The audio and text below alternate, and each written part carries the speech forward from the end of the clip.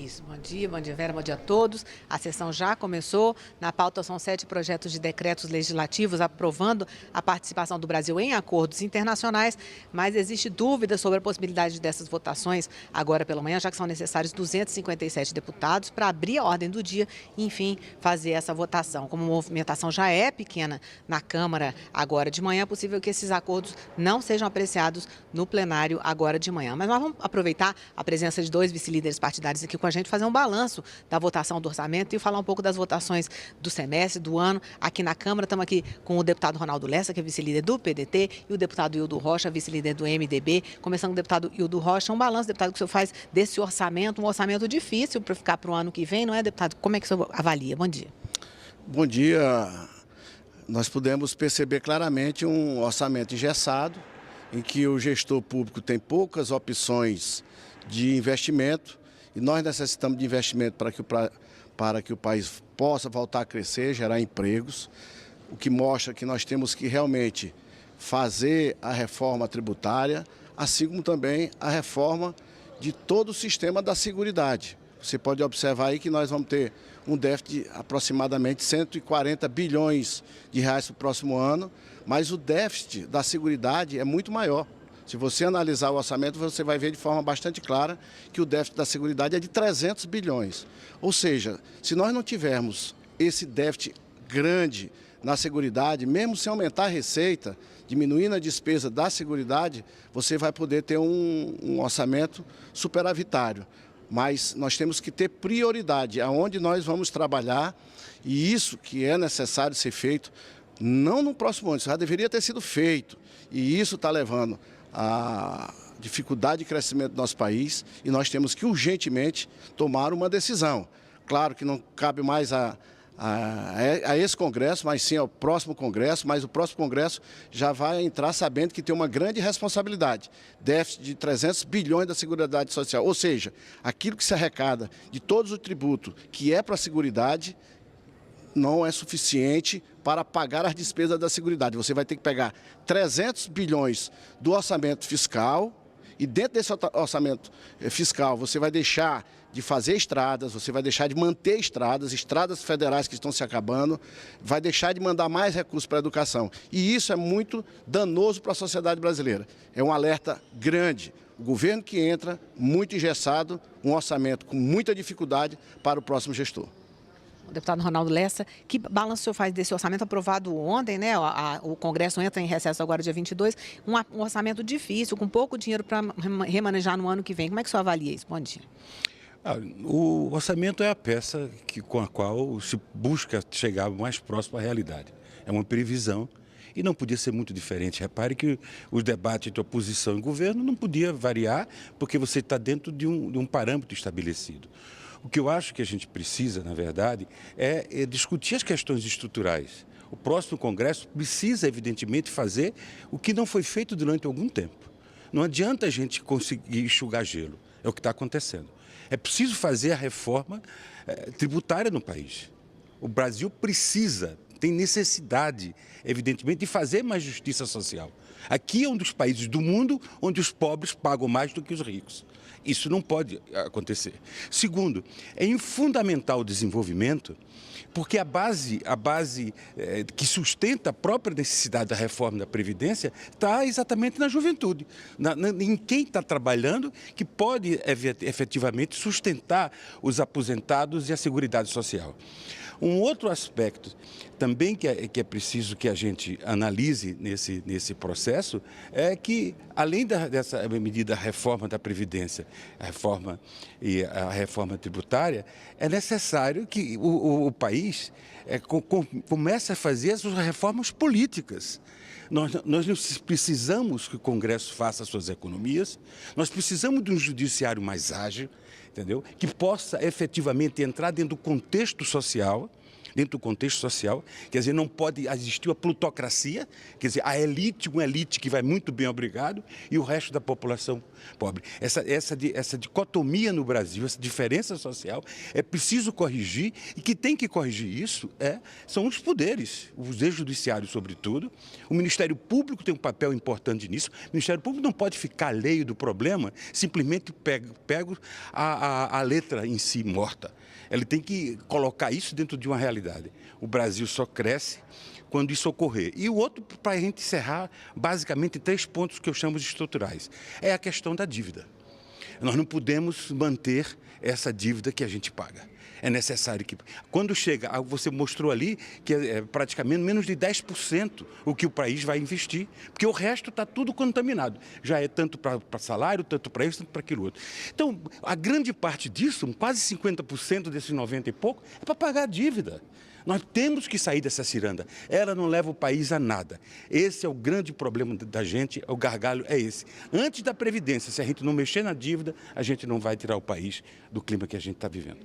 Bom, falando um pouquinho de reformas, já que os senhores estavam citando tanto a da Previdência quanto a tributária, para o ano que vem, Previdência vem, com certeza, uma mudança, e tributária, a Câmara avançou esse ano, aprovando na Comissão Especial o relatório do deputado Raul, unificando tributos, simplificando o sistema. O senhor acha que isso pode avançar no que vem, deputado? Com certeza, não tenho dúvida nenhuma em relação a isso, até porque foi a pregação de todos os candidatos a presidente da República, incluindo o presidente eleito Jair Bolsonaro, de simplificar o sistema tributário, de tirar a carga tributária de cima dos mais pobres, sem elevar a carga tributária no geral, porque a nossa carga tributária ela já está no limite da OCDE, dos países da OCDE. Então, é necessário que seja feita a reforma tributária. Acredito que o próximo Congresso vai trabalhar nesse sentido, até porque foi promessa de campanha de quase todo mundo. Não só apenas o presidente Jair Bolsonaro, mas também dos deputados, senadores. Então, acredito que já aprovada, que o mais difícil foi conversar com todos os governadores, conversar com os prefeitos, conversar com os empresários, com os arrecadadores de tributos, conversar com os contribuintes, representados por diversas categorias, e chegar nesse consenso. Inclusive, o deputado Ronaldo Lessa também fez parte dessa comissão que conseguiu uma grande proeza, que é aprovar um projeto magnífico de emenda à nossa Constituição Federal, mudando totalmente nosso sistema tributário. Não foi fácil, mas é um consenso, foi um acordo de todos os partidos políticos. Todos os partidos políticos acreditam e entendem que esse é o melhor que nós podemos fazer dentro do nosso sistema tributário. É essa proposta que o Raul fez, que é do Raul e dos demais membros da comissão. Nós andamos o Brasil inteiro e colhemos sugestões, melhoramos aquilo que tinha sido iniciado. Além do que, essa é uma proposta que nasce no berço da Câmara Federal. Essa proposta não é do Executivo. Essa é a primeira proposta aprovada numa comissão especial que nasceu no Legislativo Federal, que foi concebido dentro do Legislativo Federal, ouvindo a todos, não é da cabeça de um burocrata. Lembrando que o senhor era o presidente da comissão especial, né, deputado do Rocha. Deputado Ronaldo Lessa, para o ano que vem, reforma tributária, reforma da Previdência, o senhor acha que tem clima? Como é que vai ser esse tipo de análise aqui no Congresso? Deixa eu fazer homenagem ao nosso presidente da comissão. Foi muito importante. Isso é que o Congresso tem que fazer. Assumir a responsabilidade. São 4 anos que nós trabalhamos nessa comissão que o Hildo preside, que o Raul foi relator. 4 anos de trabalho. Está o ideal, a maravilha? Não está. Mas o maior inimigo do bom é o ótimo. Então, ela não está perfeita, mas ela tenta corrigir, que é fundamental, essa injustiça social, da classe média para baixo pagar mais caro proporcionalmente do que o rico. E a outra coisa fundamental é simplificar para diminuir a carga tributária. Se a gente diminuir, quer dizer, que é o grande empresário, que o empresário reclama, a gente pode diminuir a carga tributária, porque vai diminuir a sonegação. Se diminuir a sonegação no país, a gente vai aumentar a receita e efetivamente o país produzir mais. Eu acho que é preciso, o grande passo foi dado, está de parabéns toda a comissão que fez isso, a presidência do Hildo e a relatoria do Raul, entendeu? Isso é um grande passo. Sobre a Previdência, eu sou mais cautelar do que o Hildo. Eu acho que a reforma da Previdência, ela precisa ser mais discutida com a sociedade. Um governo que está começando agora pode abrir essa discussão. Pode e deve, que o mundo todo está fazendo. fazendo. Agora, dentro de patamares com um conjunto de reformas que o país precisa, tá certo? A Previdência não pode ser vista como a genie do processo. Quer dizer, então tem que... Todo o problema coloca em cima. E quando coloca em cima, coloca da classe baixa, da média para baixo. E quando não é esse o problema no país. Quer dizer, isso é importante, é fundamental, a longevidade aumenta, é necessário fazer isso tudo, agora fazer com justiça social. E é por isso que tem que ser mais devagar, que passe os anos que for necessário, para a gente ter uma previdência correta. Veja que o Chile tomou exemplos diferenciados, está quebrando a cara, é preciso que a gente tenha cautela para que a gente também não erre. Faça com calma, mas fazer as reformas que o país precisa. E a sociedade participe. Esse Congresso é a casa, aqui ecoa o sentimento da sociedade. Nós já falamos então bastante sobre a reforma tributária. Queria fazer um pequeno balanço dos senhores. O que os senhores destacam de votação na Câmara nesse ano? O que aconteceu de mais importante, deputado Eudo Rocha? Olha, foram vários avanços que aconteceram, principalmente na defesa e na proteção das mulheres. Nós temos percebido um avanço muito grande no que diz respeito ao feminicídio no Brasil, e foi uma pauta que houve um apoio muito grande aqui da Câmara e que prosperou bastante. Fora isso, outras matérias ligadas também à segurança pública que avançaram e que foram aprovadas nesse ano que nós estamos encerrando praticamente hoje. Deputado Ronaldo Lessa, um balanço desse ano, do trabalho da legislatura de uma forma geral. Só que é aquela formiguinha que dá um grande resultado, como o deputado colocou. O avanço na questão dos direitos universais que nós estamos fazendo os 70 anos. Essa casa, apesar de pressão da sociedade, pelo clima de violência que a gente vive, ela fez questão de aprovar medidas que possam ampliar esses direitos, garantir as conquistas que foram feitas, apesar de que, no meu entendimento, em alguns momentos diminuir a conquista. Eu acho que a reforma trabalhista ela não atendeu a necessidade, era preciso fazer uma reforma trabalhista, mas ela atingiu mais ao trabalhador do que dar a solução que se esperava, que era aumentar a base da contratação. Acho que ela precarizou mais, mas no todo em si, o Congresso foi muito responsável. Teve ações e medidas e projetos, quer seja na área da saúde, né, e isso, as discussões que a sociedade teve, como a escola sem partido, por exemplo, é uma medida que tem que ser tomada, não adianta discutir. Aqui é a casa da discussão, o debate é aqui, a mordaça, se terá que ser feita, tem que ser por aqui. A medida, até as mudanças nos outros poderes, ela passa por aqui. As decisões não são judiciárias, como equivocadamente um membro do Senado tentou fazer. Isso prejudica e faz menor a Casa Legislativa. Eu acho que a Câmara tem tido ações mais sólidas, mais próprias, para evitar que a gente possa construir a democracia como ela deve ser feita, harmônica, independente, cada um tomando conta do seu papel. Quer dizer, e quem vai fazer as mudanças, seja ela em que casa for, em que poder for, tem que ser o poder político, quer seja no Ministério Público, quer seja no Judiciário. É essa casa que tem que assumir a sua responsabilidade diante do povo, porque é essa casa que é eleita para fazer isso. Não é concursozinho para chegar aqui, não. Bom, deputado, você estava falando de decisões judiciárias, nós vamos repercutir uma decisão de ontem agora do ministro Marco Aurélio Mello, do Supremo Tribunal Federal, que suspendeu a prisão de condenados em segunda instância. Essa decisão era em caráter liminar, respondia uma ação ajuizada pelo PCdoB em abril deste ano e poderia beneficiar diretamente o ex-presidente Lula, que está preso em Curitiba. Mas horas depois, o presidente do Supremo, Dias Toffoli, revogou essa decisão. Vamos ver na reportagem do Marcelo Westphalen. Uma liminar concedida pelo ministro Marco Aurélio Mello, do Supremo Tribunal Federal, determinou nesta quarta-feira que todas as pessoas que estejam presas por condenação após a segunda instância sejam soltas. Na decisão, Marco Aurélio Mello reafirmou o artigo 283 do Código de Processo Penal, que determina que as prisões só podem ocorrer após o trânsito em julgado, ou seja, quando não for mais possível entrar com recursos no processo. Essa decisão liminar atingiria cerca de 170 mil pessoas, entre elas o ex-presidente Luiz Inácio Lula da Silva, que foi condenado em segunda instância pelo Tribunal Regional Federal da 4ª Região por corrupção passiva e lavagem de dinheiro. Mas no início da noite de ontem, o presidente do Supremo Tribunal Federal, Dias Toffoli, revogou a decisão com base em um pedido feito pela Procuradoria-Geral da República. Com isso, as prisões por condenação em segunda instância ficam mantidas. As decisões do Supremo repercutiram entre os líderes dos partidos na Câmara. A Constituição Federal ela não deixa dúvidas. Nenhum brasileiro, nenhum cidadão pode ser considerado culpado enquanto ele não tiver uma sentença transitada e julgada.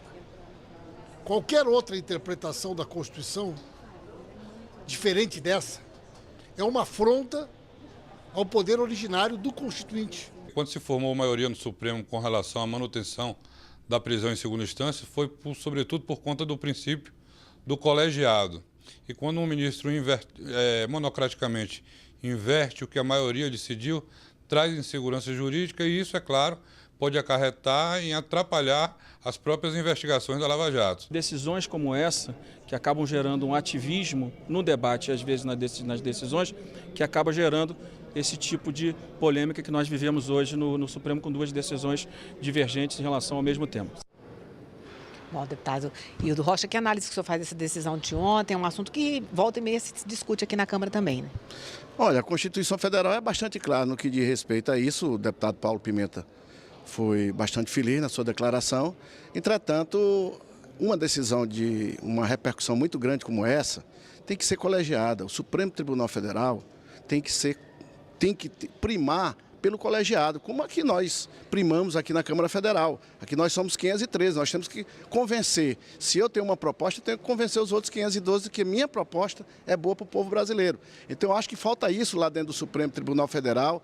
Conversar, são tão poucos lá, por que não conversar entre eles antes de tomar uma decisão dessa que cria realmente uma insegurança jurídica muito grande? Isso é muito ruim para a economia brasileira, tem uma repercussão enorme fora do país, porque um ministro do Supremo toma uma decisão, essa decisão é imediatamente, no mesmo dia, tornada sem efeito por outro membro da própria Corte, da Suprema Corte.